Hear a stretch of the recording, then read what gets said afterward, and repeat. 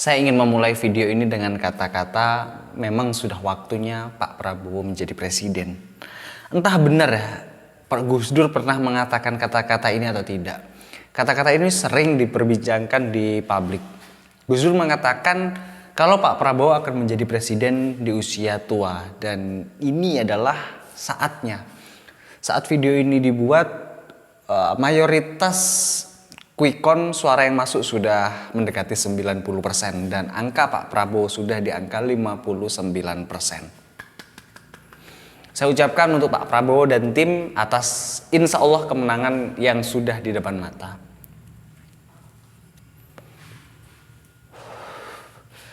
Di video kali ini saya ingin ngebahas 3 hal, Pak. Yang pertama, kalau teman-teman mau teliti, baru di Pilpres kali ini semua lembaga survei suaranya hampir sama. Pembahasan kedua, Pak Prabowo memenangkan di basis masanya Pak Ganjar. Dan pembahasan yang ketiga, ternyata suara Pak Prabowo melebihi ekspektasi kita semua. Kalau teman-teman mau teliti ya, dulu di dua Pilpres sebelumnya, suara Pak Prabowo dan Pak Jokowi yang saat itu bertarung itu beda tipis, Pak. Pak Prabowo 45, Pak Jokowi 50, cuma beda sedikit lah. Dan lembaga survei itu 50-50, ada yang memenangkan Pak Jokowi dan ada yang memenangkan Pak Prabowo. Sehingga di rakyat itu masih gusar. Bahwa berdasarkan real count kita sudah berada di posisi 62%. Bahkan kita waktu itu masih dipertontonkan dengan salah satu tim yang tidak mau mengakui kemenangan, bahkan sampai digugat di Mahkamah Konstitusi. Sidang di Mahkamah Konstitusinya waktu itu saja berjalan lama dan panjang. Terus yang kami muliakan, pihak termohon, pihak terkait, teman-teman yang hadir dalam ruang sidang ini, dan insya Allah disaksikan oleh seluruh masyarakat Indonesia. Assalamualaikum warahmatullahi wabarakatuh. Pertikaian atau percekcokan masalah Pilpres itu terjadi sangat lama setelah pemilihan itu terjadi. Tapi di Pilpres kali ini itu hampir semua, bukan hampir, memang semua lembaga survei itu suaranya sama, Pak. Bahkan lembaga survei yang menurut saya itu masih condong ke Mas Anies atau condong ke Mas Ganjar, itu suaranya sama. Contohnya kayak kedai kopi, pemiliknya kan Henry Satrio kan kayak konsultan politiknya Mas Anies. Saya lihat itu seperti itu. Suaranya juga fair kok, 58%. Carta Politika yang agak condong ke Mas Ganjar, suaranya juga sama. Artinya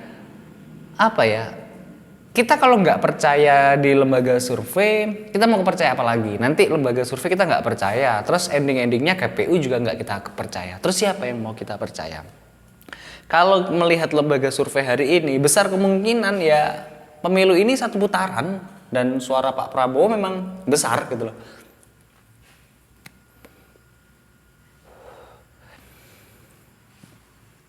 Kalau lembaga survei sudah sama, terus masyarakat kelas bawah itu juga sudah banyak yang menerima. Tadi tuh pas waktu pencoblosan ya ada beberapa pendukung Mas Anies, ada pendukung Mas Ganjar, dan ada beberapa pendukung Pak Prabowo. Ya udah, mereka itu di bawah dan nerima, udah saling ngucapin selamat lah, nggak ada yang nuntut karena gapnya begitu jauh gitu loh. Bahkan yang di luar ekspektasi kita, ternyata suara Pak Prabowo itu mengalahkan suara Mas Ganjar di kandangnya sendiri, yaitu di Jawa Tengah. Saya ngelihat dari hasil quick count-nya punya indikator, Pak. Suara Pak Prabowo di Jawa Tengah itu lebih dari 50% dan suara Mas Ganjar itu 33%. Artinya di tempatnya Mas Ganjar saja suara Pak Prabowo itu menang telak. Ya kita mau apa lagi? Apalagi yang di apalagi di tempat yang dimana suaranya ya bebas gitu loh. Maksudnya bukan kandangnya salah satu paslon. Di Jakarta saja yang dimana tuh tempatnya Mas Anies ngebuat karya, itu suara Pak Prabowo dan Mas Anies itu hampir sama. Ya mungkin menang Mas Anies sedikit lah. Bahkan tadi tuh masih menang Pak Prabowo. Pak Prabowo itu di Jakarta itu 41,55, Mas Anies 41,44. Sama lah kalau akan ada margin error ya. Masih sama. Kecuali di Aceh sama di Sumatera Barat itu sudah menang Mas Anies. Hampir di seluruh provinsi itu pemenangnya Pak Prabowo. Kalau kita acuannya lembaga survei, yaitu satu metodologi yang sudah confirm, yang sudah bisa diuji secara saintis, ya 99,99% pemenangnya Pak Prabowo. Menurut saya ya sudah waktunya kita ngucapin selamat. Kita sudah cukuplah kita kemarin bertengkar masalah siapa yang terbaik, siapa yang kurang baik. Saatnya kita rekonsiliasi, kita duduk bareng bagaimana caranya ngebuat Indonesia menjadi negara maju di tahun 2045. Karena kalau kita terus ngebicarain masalah politik praktis tanpa kita ngebicarain masalah Indonesia setelah ini mau dibawa kemana, harapan kita menjadi negara maju ya di tahun-tahun ini, Pak. Sudah cukup, bener kata Pak Prabowo, siapapun pemenangnya ayo udah rekonsiliasi. Karena kita jangan mau diadu oleh negara lain yang tidak menginginkan Indonesia menjadi negara maju. Mau apa lagi yang diperdebatkan? Hampir semua lembaga survei, quick count itu sama. Terus masyarakat kelas bawah sudah menerima.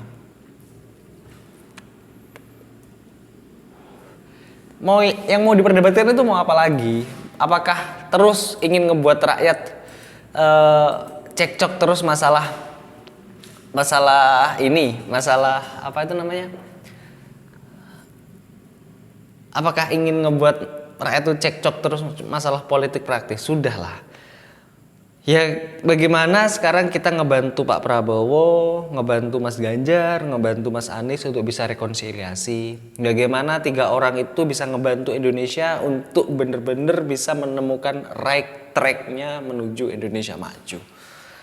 Ya mungkin itu aja yang bisa kita ucapkan sebagai masyarakat kelas bawah seperti ini. Dan harapan saya Pak Prabowo jangan terlalu jumawa dulu, Mas Anies juga jangan terlalu down dulu, karena gimana pun keputusan terakhir ya di rapat final KPU sih, Pak.